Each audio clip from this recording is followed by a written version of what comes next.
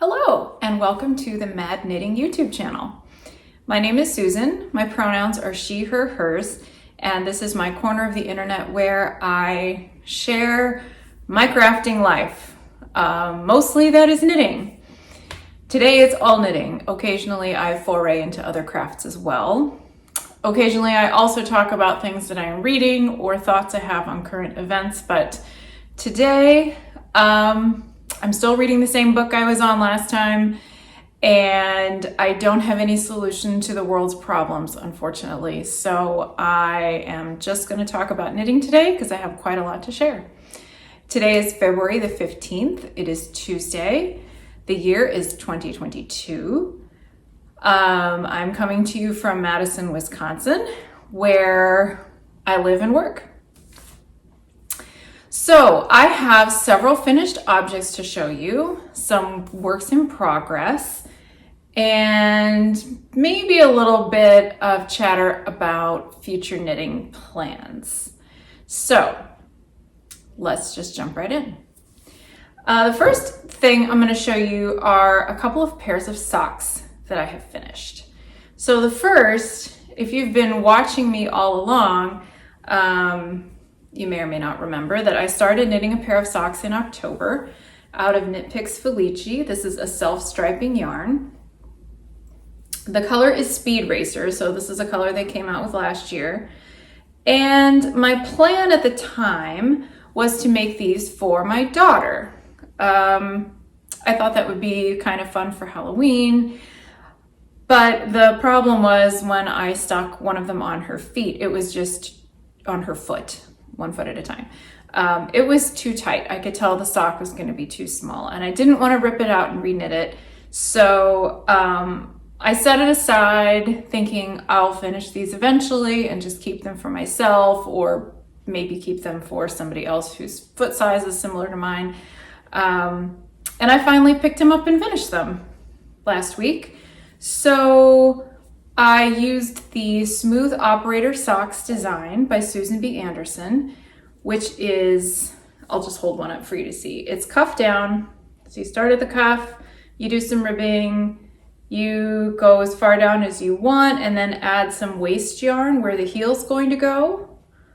And then you keep going. I never remember exactly how long to make the foot before adding the toe. So at some point I just paused on the foot, added in the heel. This is actually a contrasting yarn, but it matches very well. I think it's Leading Men Fiber Arts, but I don't remember the colorway. So put in the heel and then keep going and do the toe. Voila, you have a sock. I did not try to make the stripes match exactly. You can see that this one has a green stripe at the top and this one has an orange. So the pattern is not exact.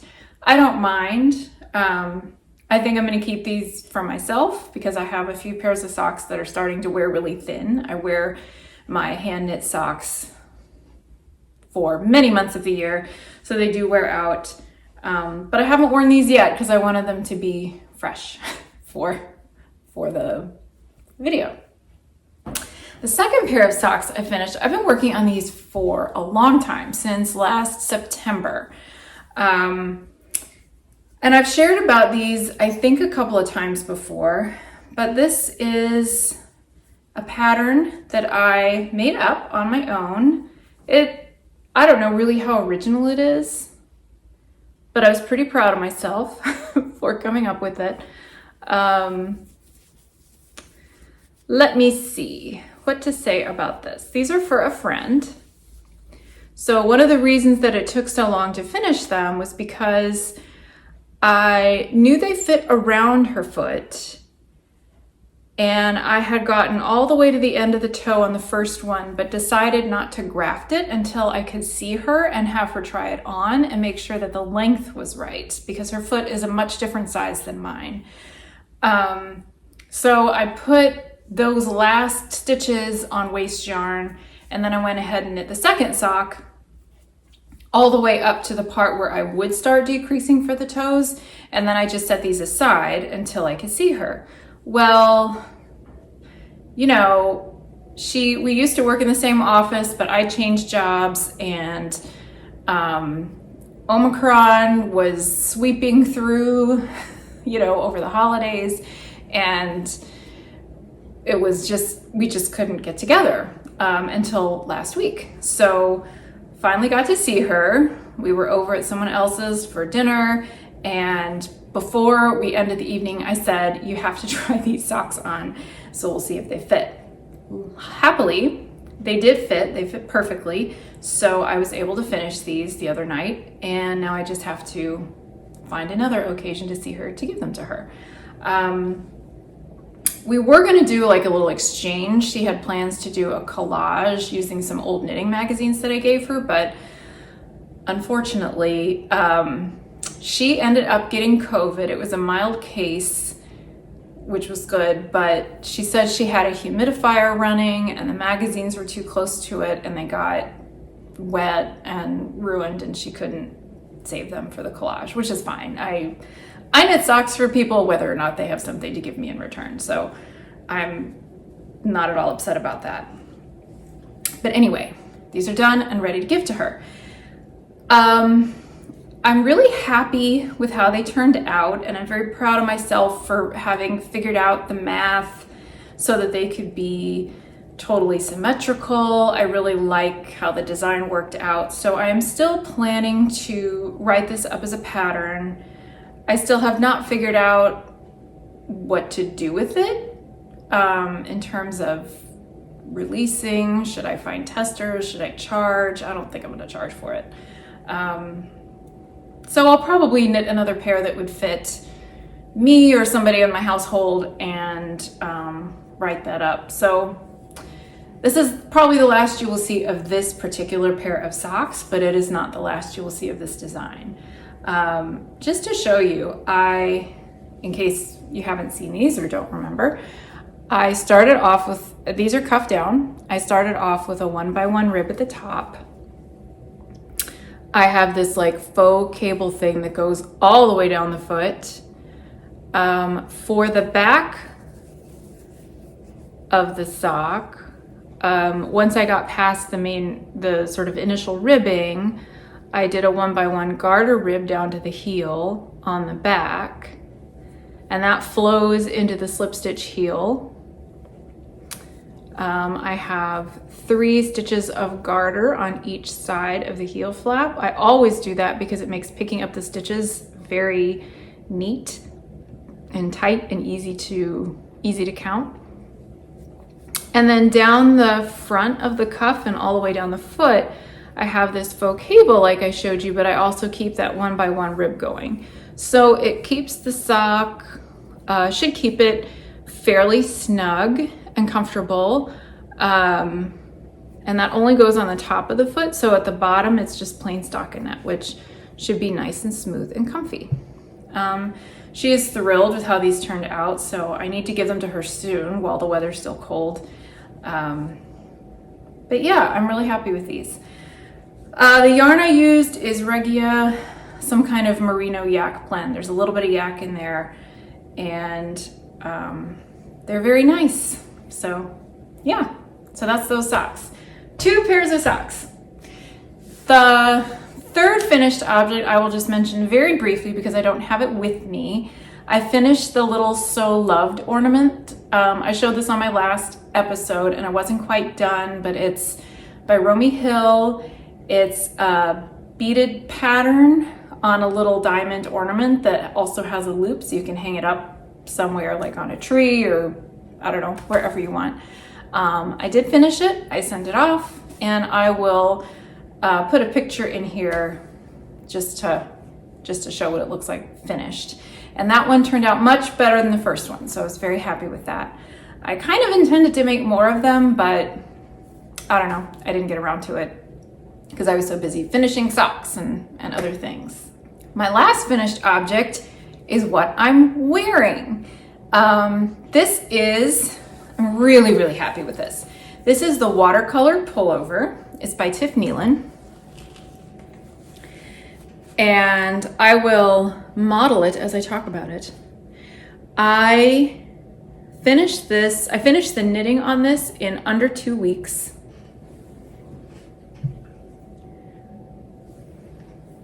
Which is how it goes when you're using bulky yarn, because it just goes really fast.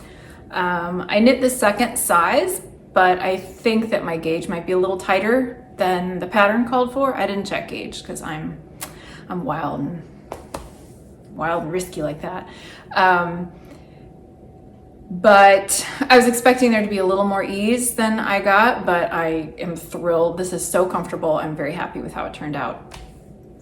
I used Barrett Wool Co. Bulky Twist for the main color of the body. I think the color is Bluff. I'll make sure there's a link to that in the description box. And then for these contrast colors on the yoke, this is some discontinued yarn that I got from Webs called Northampton Bulky. They do sell it in a worsted weight. I used that on the unbearable hoodie that I shared about earlier. That's the worsted weight. This is the bulky weight, and this is, I just had leftovers of some different colors and ended up picking out, there's a spruce green here, and then this is, they call it navy blue, but it's kind of a bright blue for navy. There's an option for either a plain collar or a folded over. I did the folded over one, which is really, I like it. I think it, I don't know, it has a neat edge to it. I like that a lot better than if there was just a plain cast on edge here for some reason. There is color work also on the cuffs. I didn't notice until I was knitting the second sleeve that I kind of didn't do my color dominance right on this sleeve. I probably shouldn't even show you because it's not noticeable enough that I wanted to take it out. But you can see that the lighter colored stitches here kind of get hidden in this green band, and they show up better on this sleeve. And that's because I made sure that this was the dominant color as I was working my way here. Like I said, I don't think it matters. I could take it out and redo it, but I'm not going to. And yes, I am thrilled with how this turned out. It is very warm, which is good because I get cold easily. And it's only mid-February, so I'll probably have a lot of cold days left that I can wear this. It took 3 days to dry. I got all the knitting done on Friday. And then I soaked it. I always do this. I soak it thoroughly, like for a couple of hours, gently squeeze all the water out with a towel.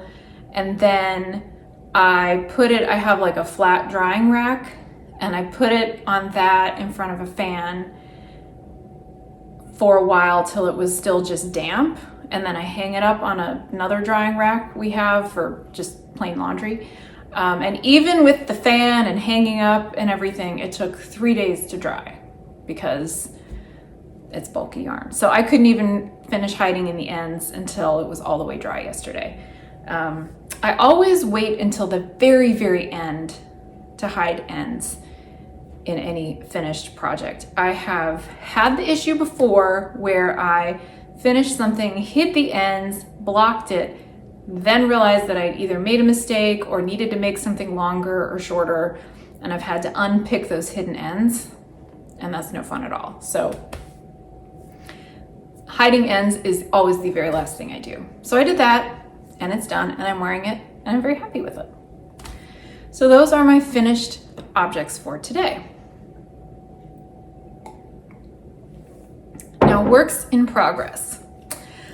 I was in a real hurry to finish something because I really, really wanted to get that sweater started for my son. In my last episode, I mentioned that my son has been wearing his coat inside. Like, his room is really cold because it's in the corner of the house, and so he'll put his coat on to go sit in his room and do homework, and sometimes he'll show up at the dinner table with his coat on.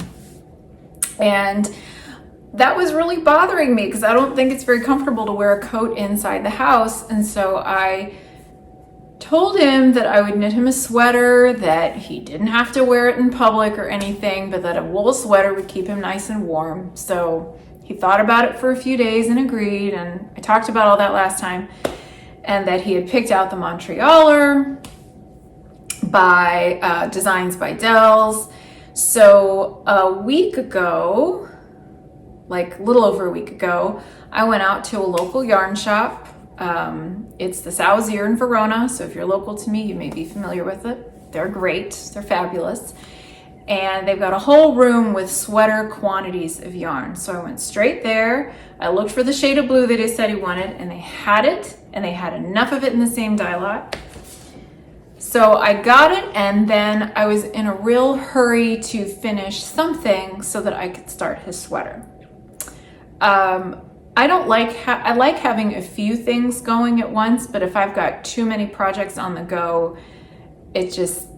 I'm not very comfortable with that. So the reason I was in such a hurry to finish this sweater was that so I would have something done so that I would feel okay about starting a new one. And this is a bulky sweater, and it was going to be finished the fastest, so that's why I picked it. So I started knitting his as soon as this was soaking last Friday night, and I have made a lot of progress. This is how far I've gotten. He opted not for any stripes, so it's zipping right along. This is a navy blue. I don't really know that you can see much besides a navy blue blob, but it's a hoodie that is knit top down. The shaping is raglan, so there are increases along those seams. At some point before too long, I will have to put markers to mark where that pocket is gonna go. But yeah, it's just a real basic hoodie. The only modification I am making to the pattern at this point, other than eliminating the stripes because he didn't want them, is that it calls for a provisional cast on at the beginning. I would never do a provisional cast on for a hooded sweater, especially a big one, like a grown-up size one. The reason being that those live stitches will be really stretchy, and once you've got the weight of the sweater and the weight of a hood, and let's be honest, he's probably not going to wear the hood up very often. It'll probably just hang down behind him. It would just make the neck stretch, and then the sweater would pull, and that wouldn't be very comfortable, and it wouldn't look very good. So I just cast on like I normally would, and when it's time for the hood, I'll just pick the stitches up from this edge, and it'll be stronger that way. I've read that if you have a stretchy neckline, another way to reinforce it is to do a crochet chain just kind of along the back neck. I've never done that. I've never had to do that, but if even this turns out to be too stretchy, I will keep that in mind for it. The yarn I'm using, let me show you. It's Berroco Lanas. It's just 100% wool. It is not superwash. I would also never use a superwash yarn for this sweater because it's going to be big enough. Superwash would just stretch, and I can hand wash, so that's not a problem. This is the same yarn that I used to make a sweater for my daughter for the holidays, only obviously in a different color. So I knew my gauge, I know how it's going to behave, and she said she's worn her sweater many times already, and she said that it's not itchy at all. It's very comfortable. So I know that he was hedging a little about it because he was afraid that the sweater would be itchy. So, this isn't merino or anything, but I think it feels fine, and my daughter seems to think it's fine, so hopefully he will too. In any case, this is something he'd be wearing over another t-shirt, so it wouldn't really be next to his skin unless the neck comes up over his t-shirt neckline or something, so I'm hoping that's okay. All right. I feel like I'm just getting things done here. As far as works in progress go, The other two sweaters that I've been working on that I've been showing you, I will do a quick update on those just for posterity. I do not remember how far along I was on paper dolls in my last episode. I think I've made some progress. I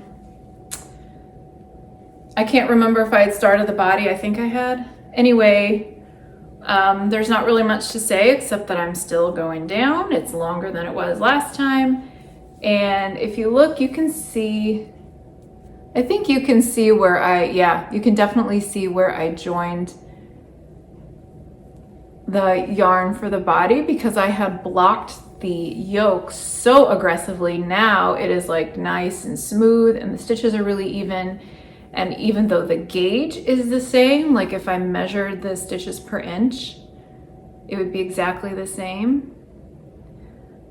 You can see that the unblocked part is just a little less even. So yeah, I haven't worked on this in several days. It's definitely going to be better for warmer weather because it is superwash yarn, so it's not as warm. It's also very lightweight. I'm using size 2 needles. So this will be a really good spring sweater when the weather is not so cold. I still haven't decided what to do about the sleeves. I'm gonna wait till I get the body done and I'm gonna put it on and see how I may just like wear it around, with the loose stitch or with the stitches still on spare yarn and just see how it feels and see what my preference will be at that point. So that's paper dolls. I was also working on an arboreal sweater. Let me show you how that one's going. This one has a little more of a story to it. So this one, just to recap, this is Arboreal by Jennifer Steingass, also known as Knit Love Wool. I really love the pattern. I really love the yarn. I am using Barrett Wool Co. in a special run of DK that they had in kits only a few years ago. It is not available now. For the contrast, I am using Helix DK by Utopia, which is a slow color changing yarn. This is the color Citron, and you can see that it's got some variation between here and here.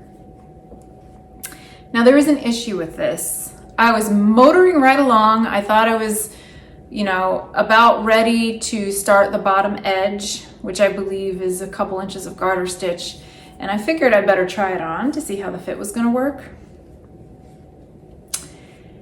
And there were some issues with it. I had blocked the yoke because I really wanted to make sure there weren't any wrinkles in it and that, any puckering would be smoothed out just because color work tends to pucker even when you're knitting it well. And when I tried it on, it really felt like the yoke fit fine, but the body was coming out more snug than I intended. And, I suppose it's a gauge issue. I did do a swatch, but it was actually quite a while ago. I think sometimes when you're knitting in the round, that changes things. Or maybe I was using different needles this time. Like, not different needle size, but different needle material, and that may have changed it. Anyway, it was sort of like it fit, but it was a little snug, especially compared to the yoke, which had just enough ease to work. So there was like a little ease in the yoke and like not really enough in the body. So it was kind of bubbling up and doing these weird things. And that day happened to be kind of slow at work. And so I was getting distracted on Instagram and I kept posting these updates to stories, and I was getting some interesting feedback about what to do because I was trying to decide if the body is too snug, should I, rip it out and add more stitches under the arm? Should I rip it out and just use one bigger needle size just so the gauge is looser and it fits a little looser? Or should I just finish it as it is and block it really aggressively and hope that makes it relax? And I got, I think I put question on there or something, and I got a lot of different feedback. Some people said, oh, just block it, don't worry. Some people said use a bigger needle. Some people said cast on more stitches. I had one person offer that maybe the yoke increases in the pattern aren't really done right. So if you don't have enough increases right at the top where your shoulders are, then it'll bunch up funny. I really didn't want to try to redo the yoke or mess with that. Plus, like when I pulled down on it, the yoke looked really good. So I think it was the body fit issue. And I've knit the sweater before, and not the same yarn, but it fits my daughter really, really well. Anyway, I opted to rip it out up to where the sleeve divide is, and I cast on more stitches under the arms. I wanted just another couple of inches of ease, so I cast on enough stitches under each arm to add 1 inch on either side. I haven't tried it on since, so jury's out as to whether that'll work, but I didn't think blocking it out again would work. Has it ever been effective to block something and just assume that blocking will fix everything? Blocking will smooth out your stitches. Blocking will bring out color work or texture. Blocking will not significantly change the size of something, especially if you are using wool yarn that is not superwash. That's been my experience. So I knew that was a lost cause there. And I didn't want to use bigger needles because I was afraid that there would be like a weird ridge line where, I already went up a needle size for the color work and then came back down for the short row part underneath the color work. So I just didn't think it would look right. I like the gauge I'm getting on these needles also. So that's what I did. I cast on more stitches under the arms. I can always, for the sleeves, I can always do a lot of decreases at the top if I need to, but hopefully that does it, because I didn't need a ton more room. It was just not quite right. I wanted to chat just a bit about some possible future knitting plans. So I talked about future knitting plans in my previous episode, so that included the sweater for my son. I also need to get started on a sweater for my niece. I have not started yet, but I think I've settled on the pattern Sunspots by Elena Nodell. I'll say more about that when I'm actually working on it. But I guess this is like the special topic for today, is that I am suddenly in need of some new mittens for myself. Now this year, since the beginning of the year, I've been on a real mitten knitting kick. Or at least I was. Both my kids wanted new mittens, so I made a pair of Brackthaw for my son. I made a pair of those adorable owl mitts. What are they called? Gray-eyed owl, gray-eyed, something like that, for my daughter. They wear them every day. That's great. Well, I have a couple pairs of mittens that I've been wearing for a while and figured that I was fine, that I was set. But just this last week, things have gone awry. So I showed this in episode 9, I think, but I made these Bernie mittens for myself. I had made a pair for my son, and then I made a pair for myself because I liked them and they went really fast. Well, I was wearing these on a run one day last week, and I don't know what happened, but because it was the patch of sidewalk I was on was not icy at all, but I think I was just distracted, lost in my own thoughts, and I tripped and I fell and I absolutely went sprawling over the sidewalk. And fortunately, I'm okay. Nothing is sprained or broken. My knee is pretty scabbed up and it's about 4 different colors of purple from a bruise, but it's fine. It'll heal. But when I got home after that, I noticed that the mitten I was wearing had this big hole right at the thumb joint. Let me see. Maybe if I put it on, you can see. Yeah. I'm not exactly sure how it happened either, because it was on this hand and I caught myself on my other hand, but I don't know, maybe it just stretched too much and the yarn snapped. I mean, the yarn it's really nice for colorwork knitting, but it's not very strong, I guess. It's some local wool. Yeah, so I've got like this extra hole right where the thumb is. The design doesn't really have a gusset. It just kind of, there's a little bit of increase and then you do like an afterthought thing. So it's kind of weak there anyway. Now this is why I am a fan of using mitten patterns that have a thumb gusset that actually allow for that room, for that extra part of your hand. And my hands are kind of big anyway, and I have a lot of meat right here, so that wasn't helping. So there was probably some strain there already. But yeah, now there's this hole. So if it's really cold, I have like this ventilation that I don't really need. Now I may sew it up, I may patch it just because I think it's handy to have more than one pair of mittens in the winter. You know, they get wet from, like if you're shoveling snow or if you're out in the snow. So it's just good to have a backup pair, and these are otherwise still in really good shape and they're only a year old. So I may fix these. The other one is fine. So that's one thing. So after that hole, I thought, okay, well, I'm just gonna have to wear the other mittens that I have all the time.